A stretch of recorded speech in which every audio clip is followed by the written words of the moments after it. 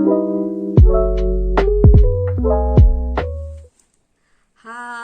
good morning everyone. Mayam punamapu jilengai taraptegi kharamjari. Mayam nasidi ai anova vlog ama puraga laksare ko mayam yofamda.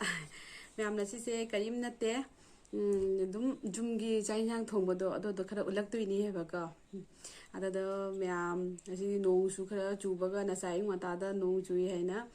kano tawna haidi uti thongba chase hainareba ko akhoi jungi mi singse uti thongba chana si hairaga dugidi kano tawre motor su tinghodre nungthang dadi adodona hoji aina thongdoise uti thongdoini adodo kanoni kare motor tang haigi oina ne adogi uti oina thongani eba mayam ko adoni mayam ai mathang dum jeng halake na si uti ma thongage ama irolage bora ama horage adoni apar ke ka tawna adodo dum ai ucharage mayam yofamda ado yengminasi mayam ado mayam aigi video se skip tawdana jengbiu ko loiba adoni mayam da hygienic wase seni to fare mayam jengminasi ai huji jak thongba changage ko ayukidi lighting khoromba ke tawbadi purmak loire huji ai jak thongba changdoini doni jengminasi mayam jak thongba da Mayam ai nasi se nong chubani na ne ko uti thongba tawrage toba motor shooting ho dabani ne motor dal gi uti oina tawrani ha ko ase se aina motor dal siga kumbra su leyeba ko kumbra hapsalaga asisu uti oin thongdoini aduga gidi asigana ka tawre kariyai pose kariyai lapu thoro ga tilhoga aduga gidi jenam su hapsalani aigi kano se bora tawdoise sisi jenam ke hapaga se beson se tawraga hapsalaga ai se bora hawdoini ba nasi se nasigi mathen se ni akhoi gi se adigidi iromba ma tawrani do mayam da dum jenghalake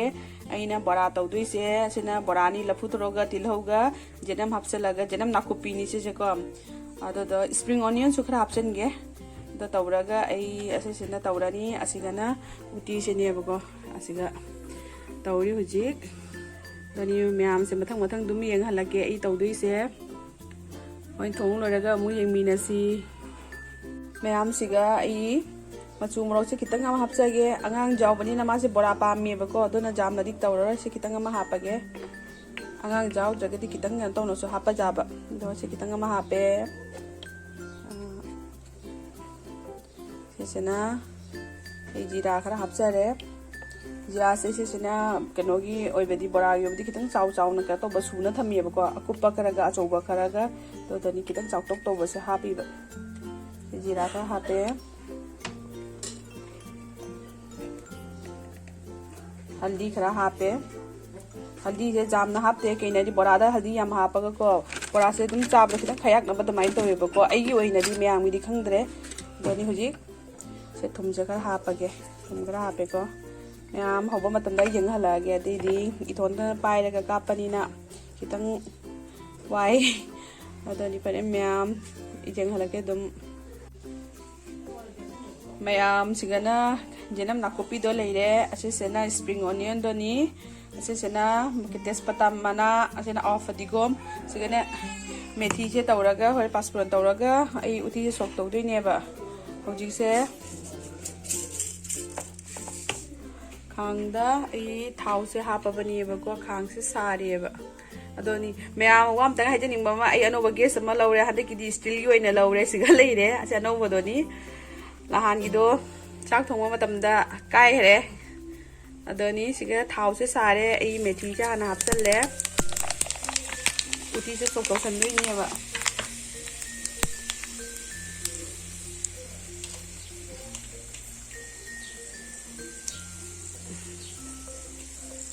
testa mana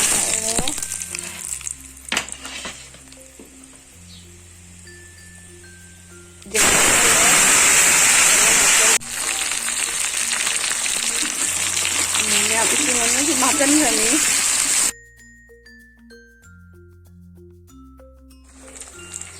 mayam sise huji uti se kane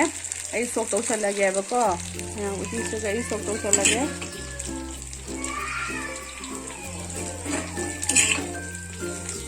Sana pasukan na ni ngai to kale. Kening kale.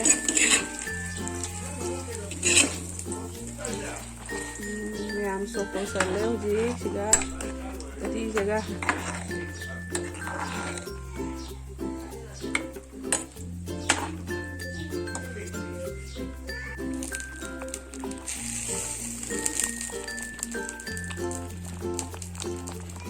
ꯃꯌꯥꯝ ꯑꯩ ꯍꯧꯖꯤꯛ ꯑꯁꯦ ꯑꯋꯥ ꯐꯗꯤꯒꯣꯝꯁꯦ ꯊꯥꯛꯆꯜꯂꯒꯦꯀꯣ ꯑꯩꯈꯣꯏꯅ ꯊꯥꯡꯗꯔꯒꯅ ꯐꯗꯤꯒꯣꯝ ꯊꯥꯛꯀꯅꯤ ꯍꯧꯖꯤꯛꯅ ꯑꯋꯥ ꯐꯗꯤꯒꯣꯝ ꯊꯥꯛꯆꯜꯂꯦ ꯃꯅꯝꯁꯦ ꯈꯤꯇꯪ ꯀꯩꯅꯣ ꯇꯧꯅꯕꯒꯤ ꯑꯗꯨꯅꯤ ꯃꯌꯥꯝ ꯑꯩ ꯎꯇꯤ ꯊꯣꯡꯕꯁꯤꯕꯨꯗꯤ ꯂꯣꯏꯔꯦ ꯃꯤꯁꯨ ꯌꯥꯝꯃꯤ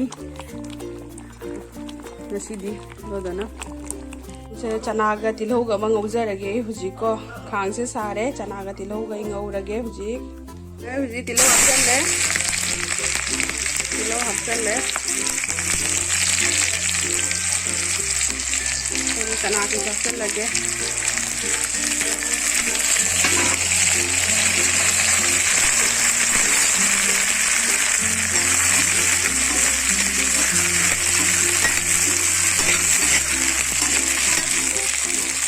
आलूगा चा हवाई है पोंग हवाईगा इरोलनी से बोरादो थिटखिबदो थिटका लोरे हुजिग हौरनी अदोनी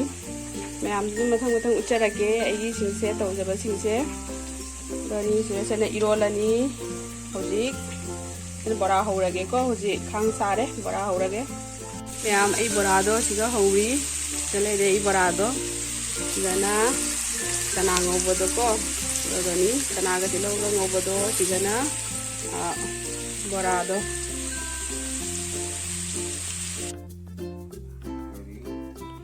मैम हुजी चाई इंसांग थोंगना लोयरे हुजी नसीगी तौबदो मथेनसिंगदो दुम उच्चरकेबा सिंपल निदा नसीगिसिदि सिगा लेरे असिगना असेना पापड़ असेना चना ngौबा असेना नसागी बोरादो लफू थरोगा जना मनागा स्प्रिंग ऑनियन गा तिलहौगा तौरा तौबा बोरादो सिगा लेरे असेसेना ऐसाई उटी थोंबदोनी असिगा फदिगोम खरा थाक्सल्ले हुजिक असेसेनी उटी थोंबदोनी सेसे अदुगेगिदी असेसेना इरोंबदो को अदोदोनी मैम सेसेनिदा नसीगी एगी मथेनसे यानी मैम आई हुजिक nga लेरगदी आई चारानी को दोनी मैम आई हुजिक चक चारगेबको आईगी चागदा मथेनदोनी सिगा लेजरे असेसेना इरोंबा को असेना नसागी उटी थोंबदोनी असेना चक चारदी चक पान चानमे मची को सिगा लेरे अदनी आई चाबा हुजरेगे मैम इसिंग खितंग थकिया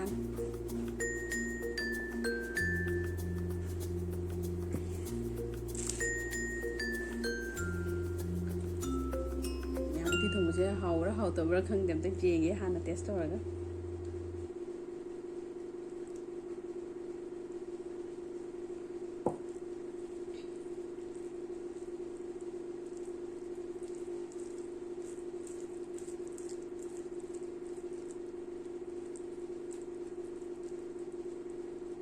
मैम मुकबांगी टाइप तगा इचेना मैम दे इंजरागे से मैम इचेना मैम दा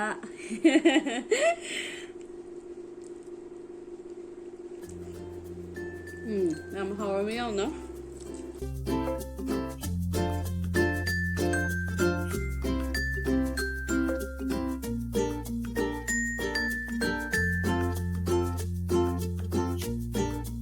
नामसे लफू थोगी बोरासु याम हाउय ꯉꯁꯥꯏ ꯑꯩꯅ ꯊꯥꯈꯤꯕ ꯃꯆꯜꯁꯤꯡꯗꯣ ꯇꯧꯔꯒ ꯇꯧꯕꯤꯌꯣꯕ ꯃꯌꯥꯝꯁꯨ ꯍꯥꯎꯔꯝꯃꯤ ꯌꯥꯝꯅ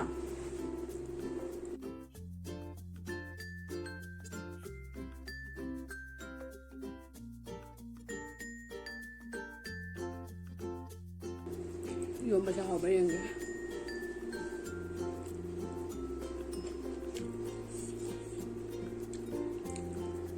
ꯌꯣꯟꯕꯁꯦ ꯃꯣꯛ ꯁꯥꯕꯅ ꯎꯃꯣꯔꯣꯛ ꯃꯄꯨꯝ ꯑꯅꯤ ꯊꯥꯛꯆꯜꯂꯨꯕꯗꯒꯤ सासु हाउदी हाउए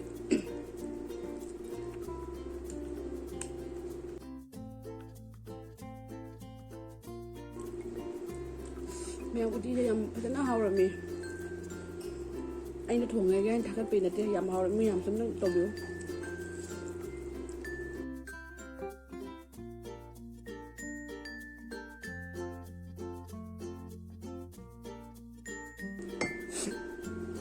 अदुनी मैम चाबा लोजरे चाक से खितंग जामना पुथोरपदो लोसनबदि ngमद्रेबको दोनी फरे मैम रे निंखुंदमु फंगसी नुंदम करी करी तौबा हाइदो दुम उचरके हबको मैम दोनी हुजिकी दे सक्साबा लोइरे मैम ए हुजी नुंदिनगी अंगांग से तुमोलबगी संगो पिथके तौई अंगांग से संगोम से थौ उजादेबा मा याम हैनादेबा अदुदा चामोसे सुमाइने इल्लगा इल्लगा थक्तोयबा संगोम से पनबा यादेबा मा हैनादेबा अदुदना थक्पा ngamदेबा संगोम से दोना चामोसे तौरगने इंबीदे अदुना तदि कप से सुमाइना तौरगा हे इंबीरुबदने मा ओथोखरानेबा पुनमा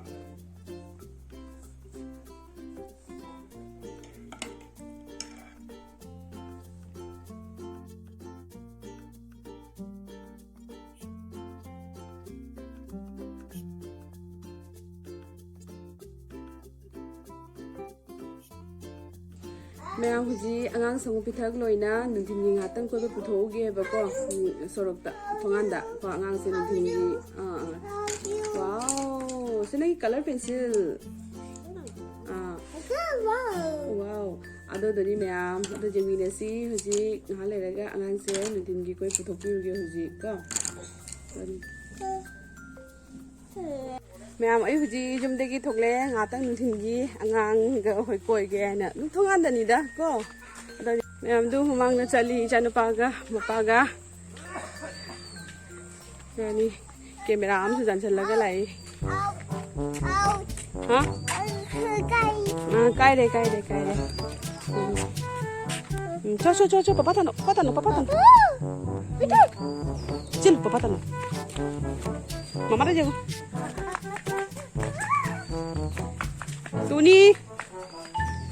Tuni mama ra hai hai đâu?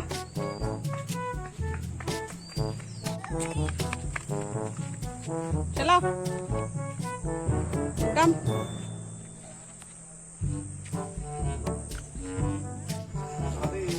Cái pono. Ino do. Oh no. Yeah. Oh. Kape. Ure. Kapu. Kapu. Oh, 谢谢。这个ino say stone. Kari? Stone. Ayo. Stone. Lagi masuk tuh.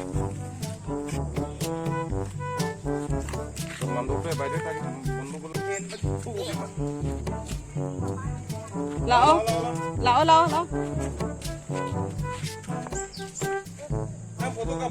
Foto kapo. Kamera do foto kapo.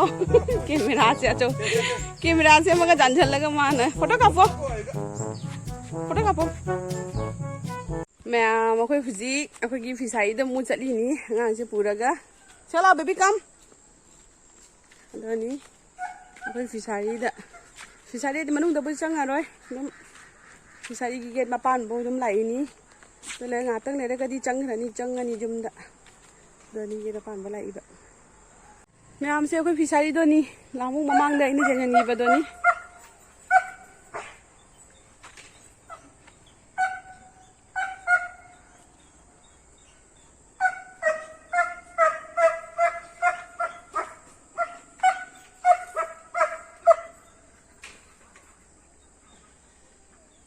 होगी हुई अनि न कन खोंगी थादोक पिवाय ना निदिनगी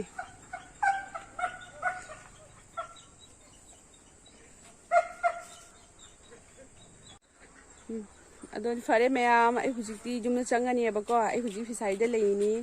दो ma'am आईगी blog सिबु नुंगाइबरा नुंगाइतबरा दो ma'am हाइबिरो बको अदोनी ma'am अदो आईगी channel सिबु ma'am ना नुसिबिदुना लाइक सब्सक्राइब शेयर तो व्यू कमेंट से दुम हाइबिरो नुंगाइते हाइदो अदो मैम आई दुम चुमथोपा ngamdaba दुम होनागिबको आई फर्स्ट दुम नौ ना तौबनिना दो एग्जाम हेजनसु केना तौबा हेत्रिएबा अदोनी फरे मैम अदोनी असे हाइरगा आई थमजरगे बाय